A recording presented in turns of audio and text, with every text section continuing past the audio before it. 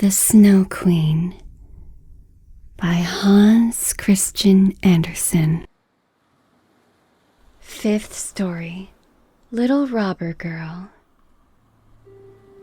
The coach drove on through a thick forest where it lighted up the way like a torch and dazzled the eyes of some robbers who could not bear to let it pass them unmolested. "It is gold," cried they, rushing forward and seizing the horses. Then they struck the little jockeys, the coachman and the footman dead, and pulled little Gerda out of the carriage. "She is fat and pretty, and has been fed with the kernels of nuts," said the old robber woman, who had a long beard and eyebrows that hung over her eyes. "She is as good as a little lamb. How nice she will taste." And as she said this, she drew forth a shining knife that glittered horribly. "Oh!" screamed the old woman the same moment, for her own daughter, who held her back, had bitten her in the ear. She was a wild and naughty girl, and the mother called her an ugly thing and had not time to kill Gerda. "She shall play with me," said the little robber girl. "She shall give me her muff and her pretty dress and sleep with me in my bed." And then she bit her mother again and made her spring in the air and jump about. And all the robbers laughed and said, "See how she is dancing with her young cub." "I will have a ride in the coach," said the little robber girl, and she would have her own way, for she was so self-willed and obstinate. She and Gerda seated themselves in the coach and drove away over stumps and stones into the depths of the forest. The little robber girl was about the same size as Gerda, but stronger. She had broader shoulders and darker skin. Her eyes were quite black, and she had a mournful look. She clasped little Gerda around the waist and said, "They shall not kill you as long as you don't make us vexed with you. I suppose you are a princess." "No," said Gerda. And then she told her all her history and how fond she was of little Kay. The robber girl looked earnestly at her, nodded her head slightly, and said, "They shan't kill you, even if I do get angry with you, for I will do it myself." And then she wiped Gerda's eyes and stuck her own hands in the beautiful muff, which was so soft and warm.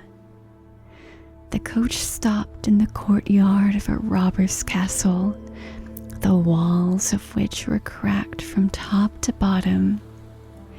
Ravens and crows flew in and out of the holes and crevices, while great bulldogs, either of which looked as if it could swallow a man, were jumping about, but they were not allowed to bark. In the large and smoky hall, a bright fire was burning on the stone floor. There was no chimney, so the smoke went up to the ceiling and found a way out for itself. Soup was boiling in a large cauldron, and hares and rabbits were roasting on the spit. "You shall sleep with me and all my little animals tonight," said the robber girl, after they had had something to eat and drink. So she took Gerda to a corner of the hall where some straw and carpets were laid down. Above them, on laths and perches, were more than 100 pigeons, who all seemed to be asleep, although they moved slightly when the two little girls came near them. "These all belong to me," said the robber girl. She seized the nearest to her, held it by the feet, and shook it till it flapped its wings. "Kiss it," cried she, flapping it in Gerda's face. "There sit the wood pigeons," continued she, pointing to a number of laths and a cage which had been fixed into the walls near one of the openings. "Both rascals would fly away directly if they were not closely locked up. And here is my old sweetheart Ba." She dragged out a reindeer by the horn. He wore a bright copper ring round his neck and was tied up. "We are obliged to hold him tight too, or else he would run away from us also. I tickle his neck every evening with my sharp knife, which frightens him very much." And then the robber girl drew a long knife from a chink in the wall and let it slide gently over the reindeer's neck. The poor animal began to kick, and the little robber girl laughed and pulled down Gerda into bed with her. "Will you have that knife with you while you are asleep?" asked Gerda, looking at it in great fright. "I always sleep with a knife by me," said the robber girl. "No one knows what may happen. But now tell me again all about little Kay and why you went out into the world." Then Gerda repeated her story over again, while the wood pigeons in the cage over her cooed, and the other pigeons slept. The little robber girl put one arm across Gerda's neck and held the knife in the other, and was soon fast asleep and snoring. But Gerda could not close her eyes at all. She knew not whether she was to live or die. The robbers sat round the fire, singing and drinking, and the old woman stumbled about. It was a terrible sight for a little girl to witness. Then the wood pigeon said, "Coo, coo, we have seen little Kay. A white fowl carried his sledge, and he sat in the carriage of the Snow Queen, which drove through the wood while we were lying in our nest. She blew upon us, and all the young ones died, excepting us two. Coo, coo." "What are you saying up there?" cried Gerda. "Where was the Snow Queen going? Do you know anything about it?" "She was most likely traveling to Lapland, where there is always snow and ice. Ask the reindeer that is fastened up there with a rope." "Yes, there is always snow and ice," said the reindeer, "and it is a glorious place. You can leap and run about freely on the sparkling ice plains. The Snow Queen has her summer tent there, but her strong castle is at the North Pole, on an island called Spitzbergen." "Oh, Kay, little Kay," sighed Gerda. "Lie still," said the robber girl, "or I shall run my knife into your body."